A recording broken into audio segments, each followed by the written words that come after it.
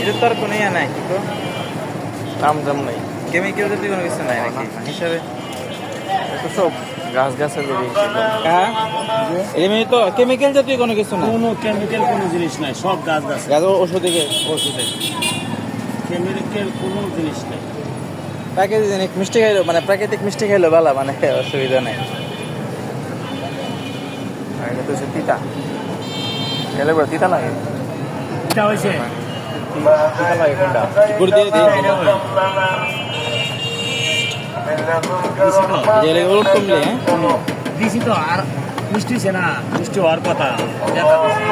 একজনের স্বাদ একটা